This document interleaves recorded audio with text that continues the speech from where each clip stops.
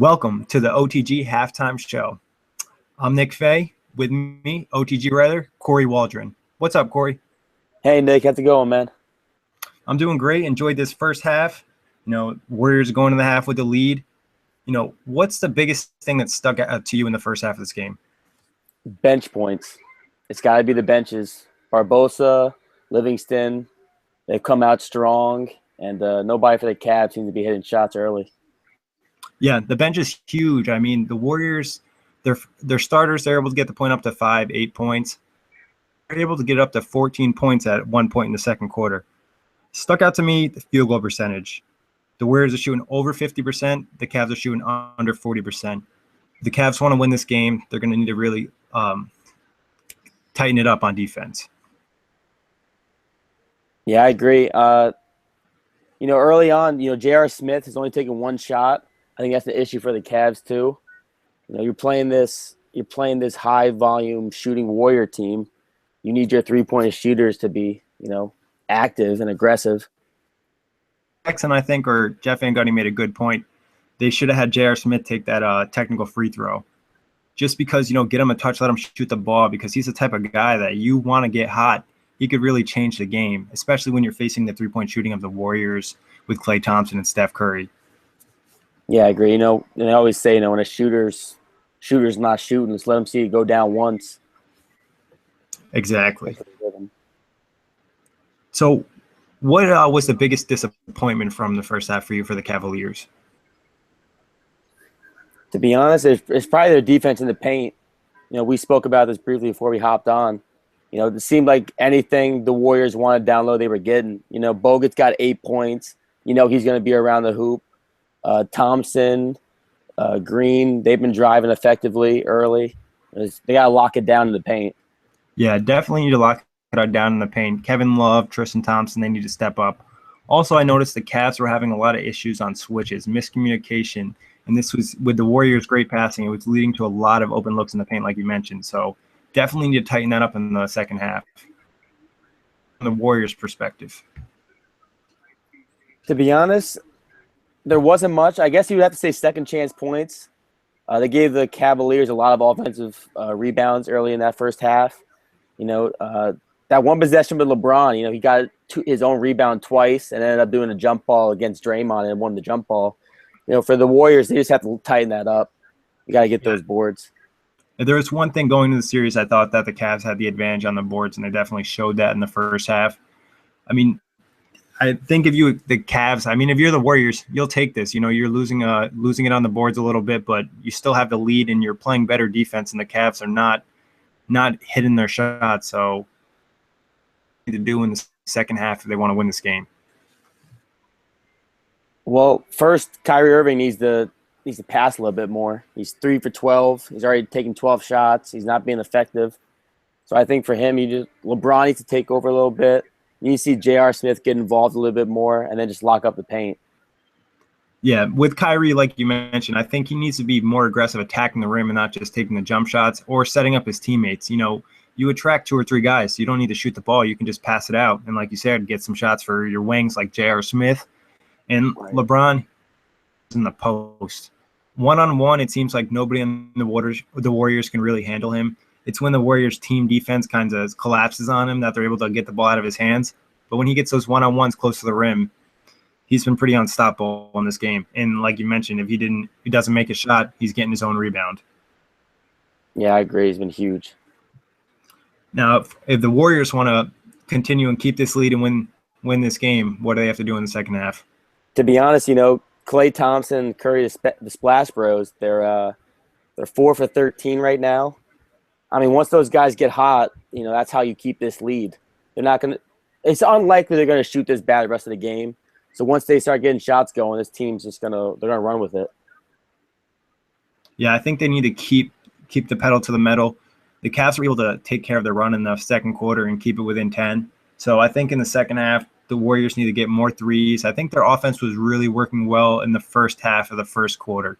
They had a lot of open looks. The ball movement was great. And if they continue moving the ball and continue the player movement, I feel like they're going to be able to just cause miscommunications from the Cavs. Just they're switching so much. It's putting them in difficult situations. So unless the Cavs adapt to that, I think the Warriors will be able to get the W in the second half. Yeah, and the bench play, if the Warriors keep having guys like Barbosa come off the bench, give you a solid 7 points. Livingston's got 6 points off the bench too. That changes the game when the role players like that are being so successful. Yeah, exactly. The bench for the Cavs need to step up and match the play of the Warriors bench. If they're going to get guys like Livingston hitting a high percentage of shots, Barbosa getting to the rim, it's going to have an impact on the game. One thing I like that the Cavs did, they put Iman Shumpert in late in the first quarter, and he was kind of in there trying to annoy Steph Curry.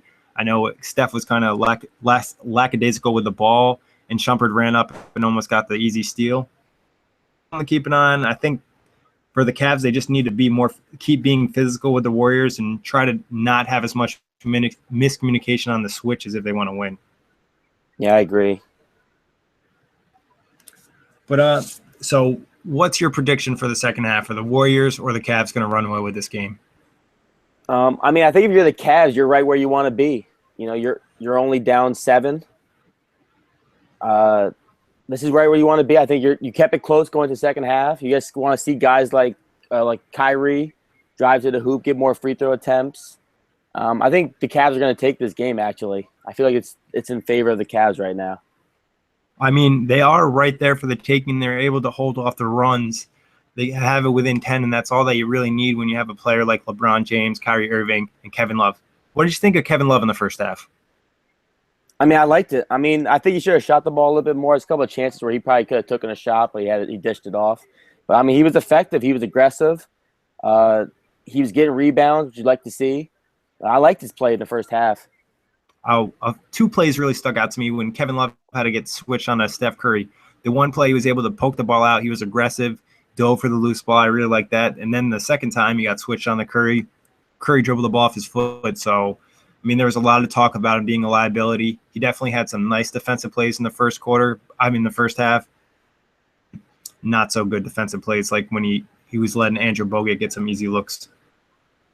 Yeah, you have to swallow that if you're the Cavs. Kevin Love's not known for his defense, and there's a couple times too where Draymond kind of blew past Love on kind of some switches and some pick and rolls. That's going to be an issue, but he'll be okay. Yeah, he just needs to put the effort in. He's not the greatest defender, but at least if he's trying, that helps the team. One guy who had some nice defensive plays for the Warriors, so Andre Iguodala. He had some nice steals. He had some nice offensive plays. I mentioned in the preview podcast that I thought he was going to be an impactful player in the series, but I said for his defense on LeBron, they really got him switched off of LeBron a lot. But he still was able to impact the game with some nice steals and blocks. He brings energy. He came off the bench tonight, and I feel like when he came off the bench tonight, they didn't lose any energy. He just kept the tempo. Right when Barnes came out, the tempo stayed the same. Like you said, he was playing decent defense on LeBron. He already has a couple assists, I believe, and a couple of rebounds. That's what you like from the role players, to come out and give you energy. Exactly, and he's just such a smart basketball player. But you mentioned Barnes. I thought he had a nice first half as well. Hit some open shots, took some pressure off the team.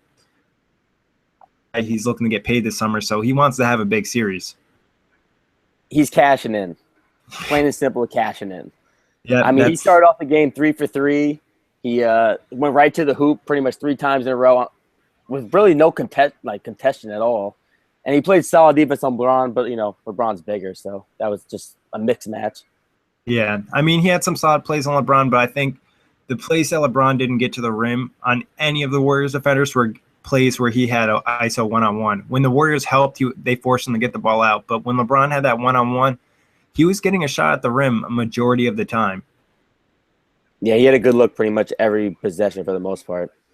And for some reason, I don't know, just watching LeBron for so long, I feel like he didn't turn it into that next gear yet. He's still not in that Super Saiyan LeBron mode.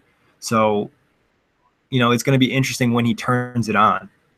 I love that you said that, because I was thinking the whole thing. I'm sitting on the couch watching LeBron. I'm saying, you could tell he's in control, but I was like, he's not in right now. He's not locked in right now to, that 0 dog 30, as he says, when the playoffs start.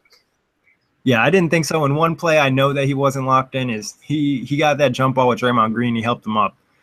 when LeBron's in like his super aggressive mode, he's wanting to win the game. I don't feel like he helps anybody up. He's all about getting the W. He wants to beat the other team very badly. So I still think we'll see another level of LeBron later in the series. We could even see it later this half, Nick. We could, even just that fourth quarter crunch minutes. He Yep. just looks so physically opposing. But I'm going to have to agree with you in the fact that I think the Cavs are going to be able to walk away with this game in the end. For some reason, I think they're just going to hang around, and that fourth quarter comes up, and LeBron's going to close it out. And the Warriors, I think they might be a little fatigued. You know, that OKC series, they really got banged around. And around, the refs are letting them play a little bit. So fatigue will catch up to the Warriors in the fourth, and the Cavs will walk away with this one. I mean, like you said, this is the freshest the Cavs could have wanted to be.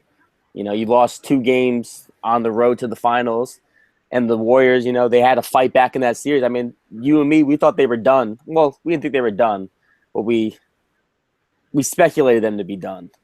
Yeah, I mean, I thought you know, they had to fight for that. Yeah, OKC definitely had their opportunities to end the Warriors, and the Warriors fought back, and it was a little bit of OKC letting up, I think, in my opinion, but tough. But that wraps it up for this show. Thanks, everybody, for listening, and you'll be able to catch us for the rest of the series. Enjoy the rest of the game.